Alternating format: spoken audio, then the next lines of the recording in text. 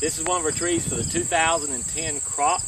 And as you see, our pole has tape on it for different colors. We go to a 5 to 6 foot tree.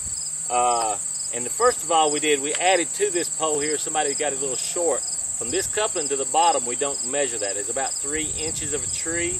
The reason we do this is because when we cut them off the stump, the needles pile up around the bottom, and when the guys cut them off, when they jump off that stump, they'll lose about 2 inches. So we give you 3 inches before we even start measuring the tree. And then when we stand it up, we get about level beside of the tree. This first indentation here, this tape, is called a 5 to 6 foot. Every tree we measure it 5 to 6 foot. The red we have is a 6 to 7 foot, 7 to 8 on the blue, 8 to 9 on yellow, 9 to 10 on orange, and 10 to 11 is silver. The very top is a different color, but it's supposed to be black for up to a 12 footer. And this tree here, as you can see, I stand 6 foot tall, but we measure it from here. This is 6 to 7 on the red color, and on the 7 to 8 is blue. So this tree is tagged, as you see, a blue tree. We come in here, right in here is the 7 foot mark, and it's 8 foot to the tip. In other words, you're getting a full body size of a 7 to 8 foot tree. It's very symmetrical. You have some nice stems that stick out here for ornaments, for the ladies that like to hang the heavy ornaments on, and as well as they can go on the inside and hang and fill up the voids inside. But the tree and the density is pretty. It's a nice tree for this season, and we have probably around 3,000 to 4,000 of this type tree in this field. And this side here has very little trees ever been cut out of it in the 2009 season, which was the first season we started here. And so now we are going with these going on. We can stop down here with another tree. This is a little slender tree, pretty tree though. And as you see, whoever measured this tree, we count this as 6 to 7. She's a red tag. Well, we usually don't count much of this top, a lot of times, not over about 8 inches. So they downgraded this tree to a red tag because she's a little slender to be, this should run on up into the yellow, or at least up here to the top, to be in the 7 to 8 class. Nice full size. We give you extra length in our trees so you can get plenty of body size. And then if you need to trim the bottom off for a fresh cut, then when you get to the marketplace, the customer, it is a white tag with stripes on it. And the reason is, as I look at this tree, the black stripes mean it is a number 2 quality. Our density is down a little bit in the top right here, and all in all, there's got to be 2 things wrong with this tree. We'll look at it and see. And it looks like the upper side here has a little high cut here, which won't make any difference because you have to trim the bottom limbs anyway. But here's a little bit of void too. We have downgraded this tree to a number 2. We're selling these trees at $14 a piece, and that's because she's a number 2. And this tree will run into 6 to 7 instead of this is the 5 to 6 going into 7 to 8, and it'll be a number 2 size quality. And we sell these trees anywhere, most of them's running anywhere from 6 to 9 feet. And we sell those for $14, all you want on them. But it does have 2 things. The density's down a little bit in the top, and it has this one hole, so it's beautiful on the other side. It's a nice tree. You can mix it with your number 1 quality trees, and you usually get the same dollar for it on the retail. I was in the retail business for 24 years. This is called an 8 to 9 foot tree. As you see, our stick is going into the 8 in the yellow mark is 8 to 9 foot. The top is right at the 9 foot mark, but you're getting a good full size body tree. It has good symmetry. A beautiful tree for this year's market. Good full size body, and I think everybody would enjoy this in their home. It's got a ceiling that's up to nearly 9 foot tall. As you know, normal houses are 8 foot tall on the ceiling height. Cathedral ceilings and or vaulted ceilings, they can handle this tree. And the fresh smell of these Fraser fir buds go a long way with everyone. So this is some of our trees and how we measure them for the different sizes from 6 to 7, 7 to 8, 8 to 9, 9 to 10, 10 to 11, and 11 to 12 to the top. So every tree's measured and tagged. Okay, this is a nice 7 to 8 foot tree. As we've been talking before, I'm standing level with the stump side to side. We've got the 3 inches on the bottom we don't count. And then here's the 6 to 7. The stem is right at the top. It starts from the 7 to 8 foot. It's only counting probably, we're hitting right into 4 inches on the top stem to get it in the 7 to 8 foot class. And the top is almost to the top of the color code. This tree's only got about 12 inches. Sometimes we leave 14 inches for the top for the Christmas tree people on the tree lots. They look good. Some ladies like to put a big red bow in the top of them. It gives them something to tie to. Other people want to put an angel on top or a star. They will clip the top out so they can get it on there. One thing in Fraser fir business that everybody likes is it's a fresh tree that it grows on the back side is a flat needle. It's pretty well don't show, and it's got a half moon on top. And if he can zoom in on this, you can see this as well.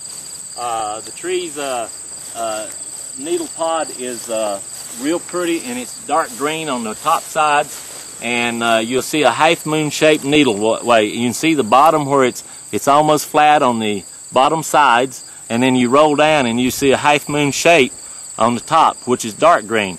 The other things everybody likes is these buds, the Fraser fir bud, and that's where it sprouts the next year. It takes off with making several stems that come from these buds. It fills the trees out with heavy density from the fertilizer we feed them and the natural topsoil we have in the mountains of North Carolina. Good thing of it is these also, when you put them in your house, as we cut these trees fresh in early November on into the December months as we fill the markets of the retailers, these buds, when you put them in the house when it's warm, they have a real sweet perfuming evergreen smell. It makes your whole house smell good. This tree's probably in the retail market, it's 8 to 9 year old. We put a lot of time and effort in to make the best quality trees we can. And when we do, I like to enjoy my tree on up into January. Some people get concerned about needle shed. That will happen internal in a tree, and as any tree that you get, about 4 years of growth, maybe 5 at the most, and the sunlight doesn't get inside the tree, so they'll shed inside needles naturally. They will drop the internal needles, and they shed and fall on the ground. You can shake these trees after we cut them, and the needles will fall out, and there'll be a little bit of fallout on the tree lots. And if they shake them out real good, the tension on these needles will hold good for the season of your Christmas holidays. One thing we look for as we get a little later in the season is some good cold weather. The reason being the rosin sort of sets in these needles and holds them in place. And when you get on a tree lot, if you check and you pull down the needle line, those needles stay good and intact. There is no problem with that tree. I have seen people want to take them the other way. You can take and go the other way down the stem. If you pull it real tight, even in the field, you will pop needles off as these trees are correct. I seen on a news channel one time they pulled in the tree needles in a negative position, and when they do that, the needles will come off. That is not the correct way. You pull it with the way the needle grows. Outward, if they stay on that stem, you have a good quality tree. This is just a general view for an overlook to see trees that's going in our 2010 market, and hope you enjoy these pictures.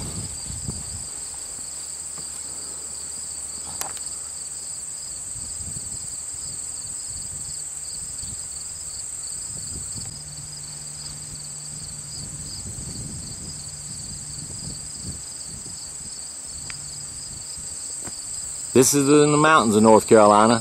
Our elevation is running about 3,000 to 3,400 feet, and our mountain tops are even taller, up into the 5,000 feet in elevation.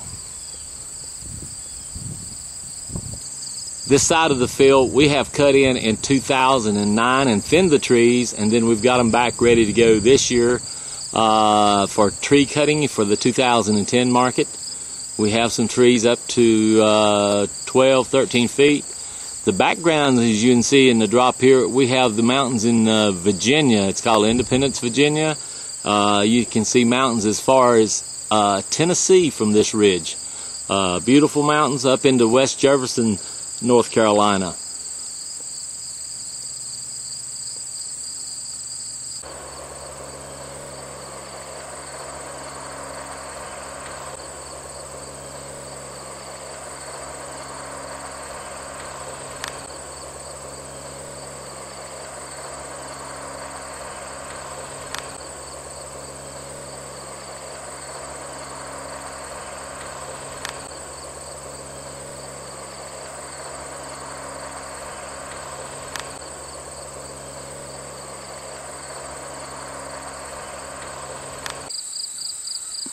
This is one of our pretty trees. It's going to run in our silver tide color. 8 to 9, it'll be a 9 to 10 foot. Good full pretty tree. Nice for a big house, nice for a church, bank. Beautiful tree for everybody to have for this 2010 season. Again, it's a pretty Fraser fir, got good full growth. Some of the prettiest growth that we've had in years. Had a lot of rain. This is in Ashe County, North Carolina. And this tree here, she's going to run up into the 10 to 11 foot size as well. These trees are about 7 feet across at the very bottom. Again, they're real nice for our trees in the churches or the banks, anywhere a person wants to put them. Here's another one. These are trees, they were our premium trees that we left for the marketplace, and they were cut out around so they can grow bigger and have more space. It takes a few more years to grow these trees, but it makes it nice on your lot. It's a showpiece, number one. You could decorate one of these and brighten them up to draw the people in from a distance. And you have good, nice height, good size, and fullness all the way around these trees. They're great for this year's market. We try to think these will make you some great money. Some places these trees will sell for $150 a piece. In the market we have, you will make a lot of profit. All right, this is one of our large trees. I don't have a stick long enough with me today to measure this tree, but it's around a 12-footer. And this is one of our full trees that we've left over to grow taller, bigger. And as you see, I'm 6 foot tall, and it's over double my height. And we're leaving a little more growth on our ground this year, and we're going to come in and mow it a little later in the season. The reason we're leaving this growth is because when we cut these trees and we drag them, if you kill the ground till it's bare, they can get mud in these trees when they drag them if it's a wet season. So if we leave grass on the ground, we cut these old big monsters down, we pull them out, and then we run them through our balers for transportation to your tree lots.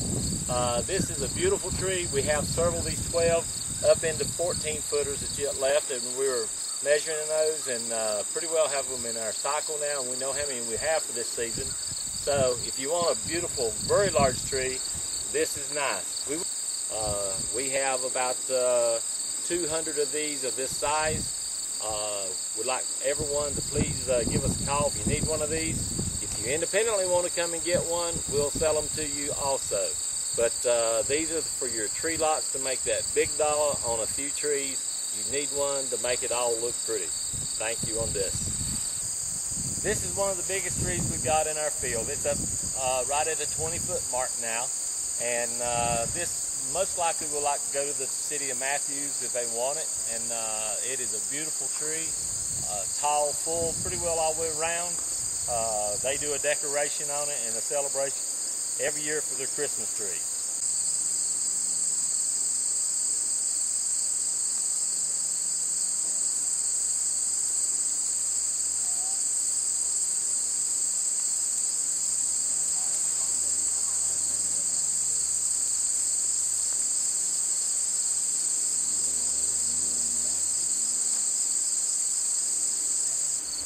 This is one of our nice fields that we have. It's going to be mostly 6 to 7s and 7 to 8s that we're cutting out of. A lot of them for our market of this year of 2010, and our 5 to 6s. Very full trees from bottom to top, real nice shape.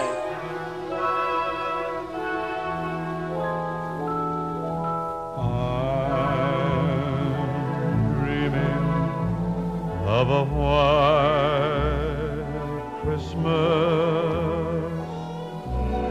just like the one